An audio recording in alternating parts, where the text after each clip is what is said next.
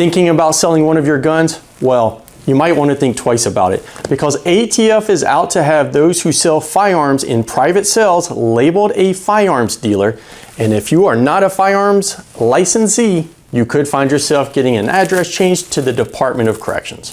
So if you want to know what ATF is up to, be sure to stick around.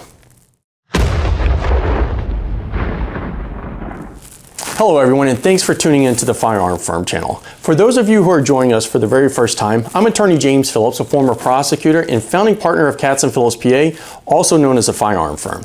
Today we are going to be reviewing ATF's latest atrocity known as ATF's Final Rule 2022-R-17, titled Definition of Engaged in the Business as a Dealer in Firearms. This final rule was signed by the Attorney General last week and will go into effect 30 days after being published in the Federal Register, which as of the filming of this video hasn't happened.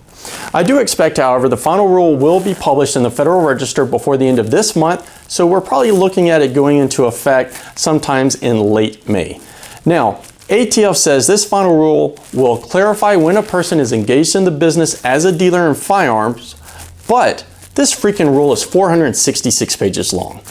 I don't know about you, but to me, if it takes 466 pages to clarify something, then there's a real problem. For those of you watching this, don't worry, I'm not going through all 466 pages of the new rule in this video. Instead, I'm only going to cover what I think is most important for you, the viewers, to know about the final rule. I will, however, put a link to the entire rule down in the description section for those of you who just have to read the whole thing yourself.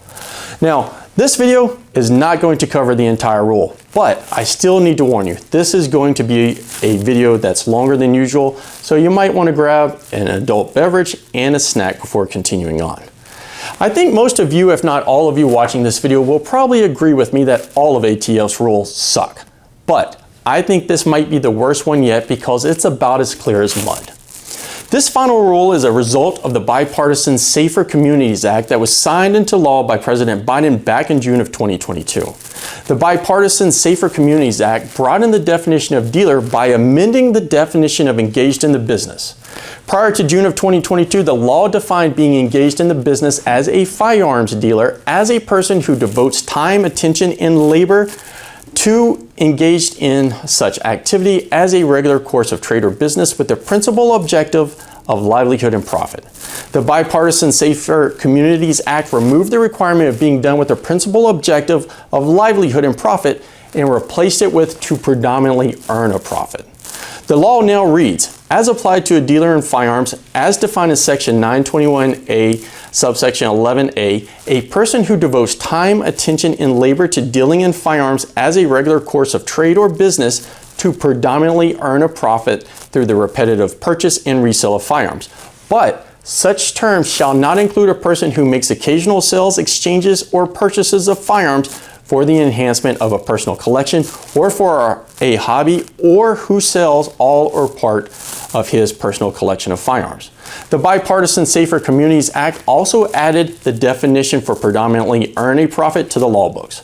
The term to predominantly earn a profit means that the intent underlying the sale or disposition of firearms is predominantly one of obtaining pecuniary gain, as opposed to other intents such as improving or liquidating a personal firearms collection, provided that proof of profit shall not be required as to a person who engages in the regular and repetitive purchase and disposition of firearms for criminal purposes or terrorism.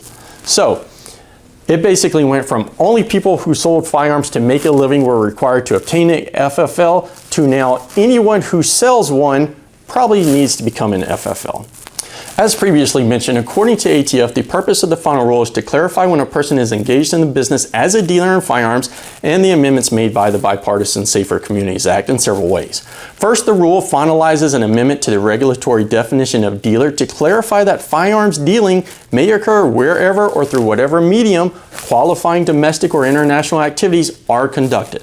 Second, the rule finalizes an amendment to the regulatory definition of engaged in the business to define the terms purchase and sale as they apply to dealers to include any method of payment or medium of exchange for a firearm, including services or illicit forms of payment, like selling a firearm for cocaine instead of cash, or maybe some other controlled substance.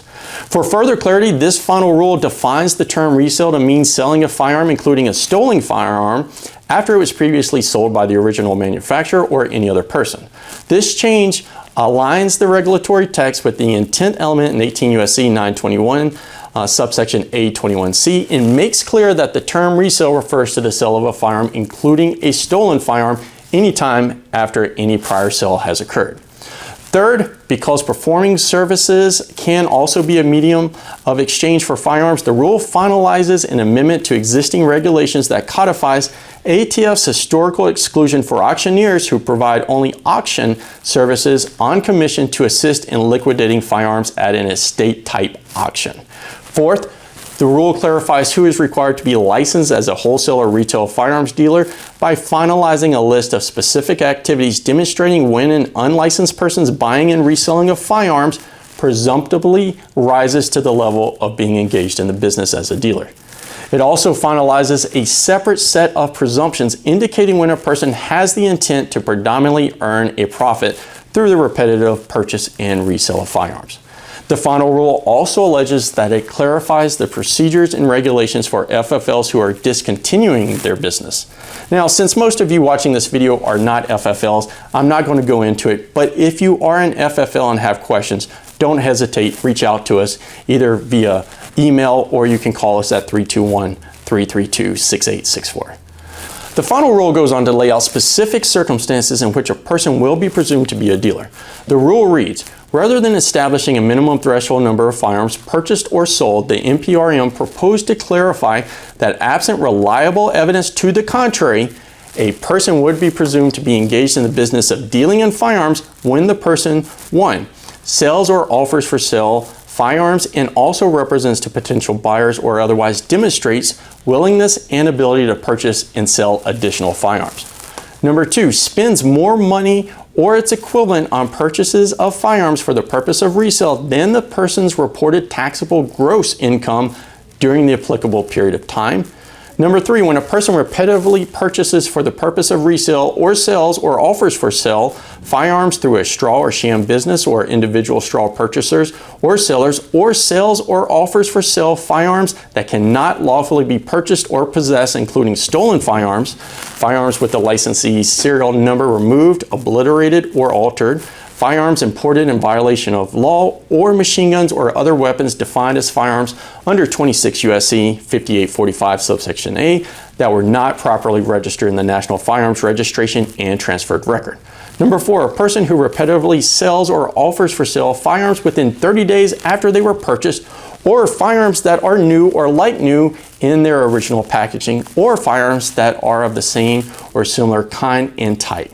There are 2 other presumptions concerning former FFLs that I'm not going to discuss, but if you are an FFL, just know you need to know what those presumptions are. According to the final rule, these presumptions only apply in civil and administrative proceedings, but the rule goes on to say these presumptions may be useful to a court in a criminal case, for example, to inform appropriate jury instructions regarding permissible inferences. Sure does sound like they could apply in a criminal case to me based on that reading. So, why is the current administration in ATF so hell-bent on trying to make anyone who sells a gun a dealer? Simple. Background checks.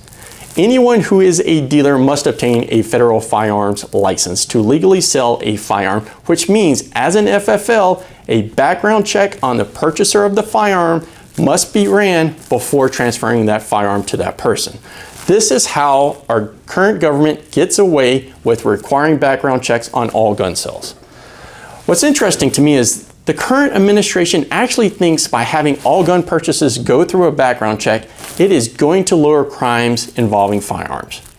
What they apparently cannot understand is that criminals who are going to commit a crime using a firearm are not going to go out and buy one from a law-abiding citizen or a gun store.